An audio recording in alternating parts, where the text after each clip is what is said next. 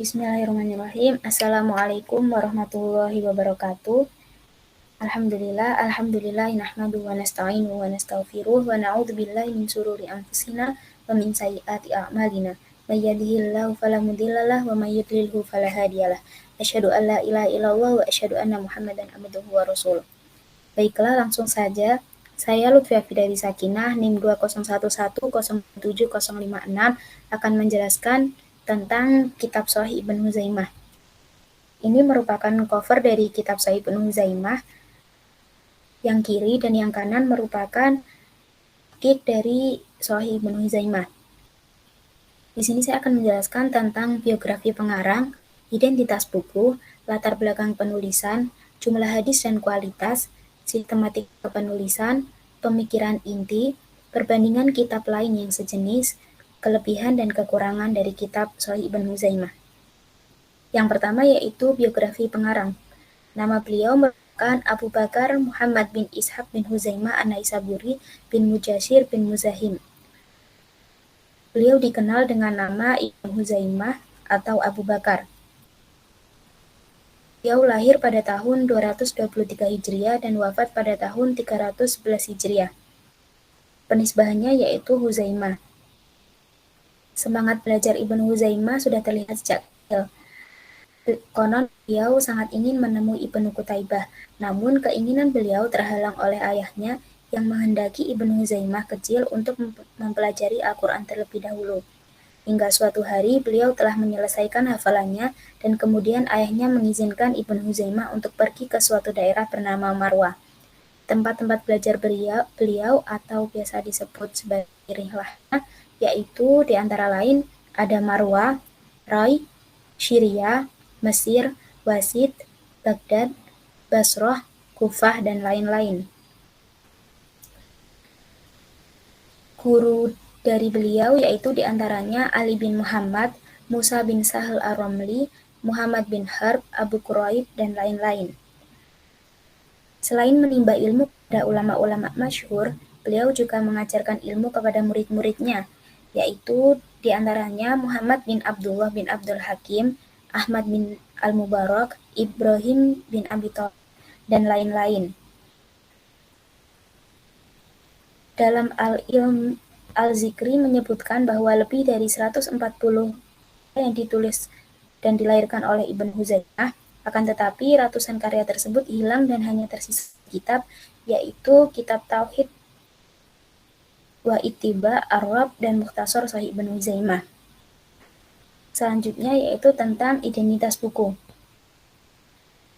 Nama kitab yaitu Mukhtasar Al-Mukhtasar bin Al-Musnad As-Shahih An-Nabi SAW yang terkenal dengan nama Shahih Ibn Huzaimah. Kitab Shahih Ibn Huzaimah ini memiliki 4 jilid, yaitu cetakan pertama yang terbit pada tahun 1970 Masehi. Penerbitnya yaitu Maktabah Al-Islam di Beirut, Lebanon. Jumlah halaman dalam kitab Shahih Ibn Huzaimah adalah 3079 dengan total 1644 halaman beserta dengan daftar isi dan sampul dalam versi PDF. Kitab ini juga merupakan cetakan pertama pada tahun 2006. Selanjutnya tentang latar belakang penulisan. Kitab ini merupakan ringkasan dari kitab Al-Musnad Al-Kabir. Ibn Huzaimah tidak pernah menamai kitabnya dengan sebutan Shahih sebagaimana Bukhari atau Ibn Hibban, meskipun kitab kompilasinya dinilai paling unggul di masanya. Penamaan Shahih Ibn Huzaimah tampaknya adalah atas inisiatif para ulama mutakhir. Sementara itu, Ibn Huzaimah menamai kitabnya dengan sebutan Mukhtasar Al-Mukhtasar min Al-Musnad As-Shahih An-Nabi SAW itu. Selanjutnya tentang jumlah hadis dan kualitas hadis. Menurut Muhammad Mustafa Azami dalam mentahqiq kitab Shahih Ibn Huzaimah, jumlah keseluruhan di dalamnya yaitu ada 379 hadis. Terdapat 4 juz dikelompokkan dalam 7 kitab, 65 jamak, dan 2150 bab. Seluruh hadisnya adalah hadis hukum yang membahas persoalan-persoalan ibadah saja, seperti bersuci, sholat, puasa, zakat, dan haji. Sahih Ibnu Huzaimah menyuguhkan penjelasan-penjelasan fikih yang cukup panjang atas hadis-hadis yang ada. Kitab Sahih Ibnu Huzaimah dimulai dengan pembahasan tentang bersuci atau toharoh, yaitu kitab Al-Wudu, dan diakhiri dengan pembahasan tentang haji atau kitab Al-Manasik. Selanjutnya tentang sistematika kepenulisan. Sahih Ibnu Huzaimah tidak mengikuti sistematika penyusunan sebagaimana yang dilakukan oleh Bukhari dan Muslim yang menggunakan sistematika non-fikih, yakni sistematika penyusunan yang biasanya diawali dengan bab Badi al-Wahyi dan kitab Al-Iman. Akan tetapi, Ibnu Huzaimah dalam kitab Sahihnya menggunakan sistematika yang lumrah digunakan dalam kitab Sunan.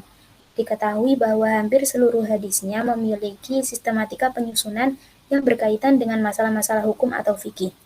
Adapun hadis-hadis non-fikih atau hukum Islam yang dihimpun oleh Ibnu Huzaimah nampaknya dibuat secara terpisah dari kitab koleksinya ini. Misalnya yaitu dalam kitab At-Tauhid yang merupakan induk dari kitab ini. Pemikiran inti Ibnu Huzaimah. Penyusunan dalam kitab Sahih Ibnu Huzaimah merupakan permasalahan fikih, dan Ibnu Huzaimah merupakan ulama yang menguasai fikih dari sumber-sumbernya. Dalam Sahihain atau Sahih Bukhari dan Muslim, Nabi Shallallahu Alaihi Wasallam bersabda yang artinya, sungguh aku berkeinginan untuk menyuruh seseorang sehingga sholat didirikan. Kemudian kusuruh seseorang mengimami manusia. Lalu aku bersama dengan beberapa orang membawa bakar mendatangi suatu kaum yang tidak menghadiri sholat. Lantas aku bakar rumah-rumah mereka.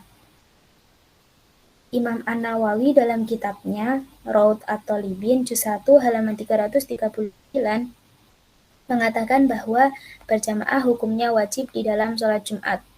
Sedangkan hukum berjamaah pada sholat fardu menurut ulama Syafi'iyah ada yang berpendapat, yaitu yang pertama, pendapat yang paling sahih adalah hukumnya fardu kifayah. Pendapat yang kedua yaitu rojih, hukumnya sunnah mu'akadah. Pendapat yang ketiga yaitu hukumnya fardu ain.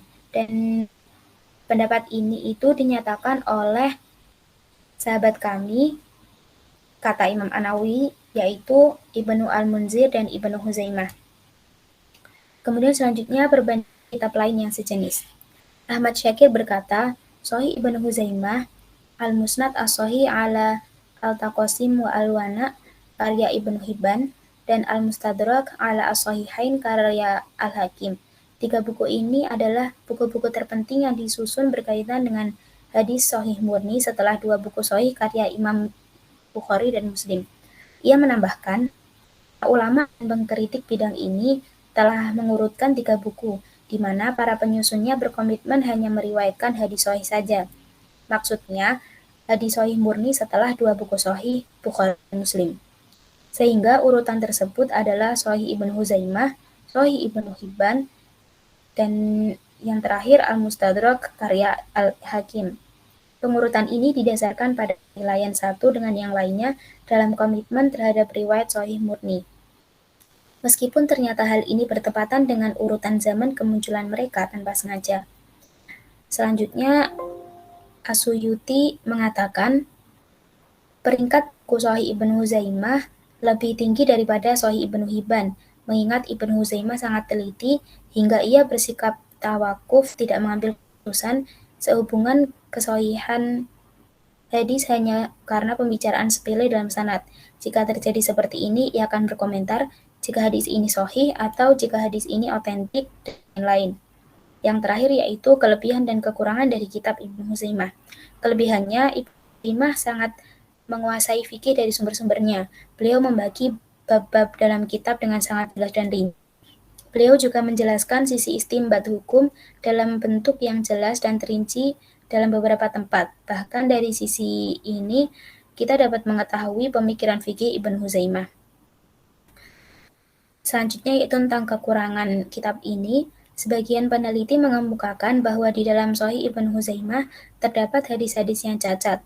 Misalnya Muhammad Nasir ad-Din al-Albani dan para pentakiknya menilai hadis dhaif yang terkandung di dalamnya mencapai 238 hadis, 15 diantaranya dinilai sangat lemah dan sisanya dinilai dhaif ringan.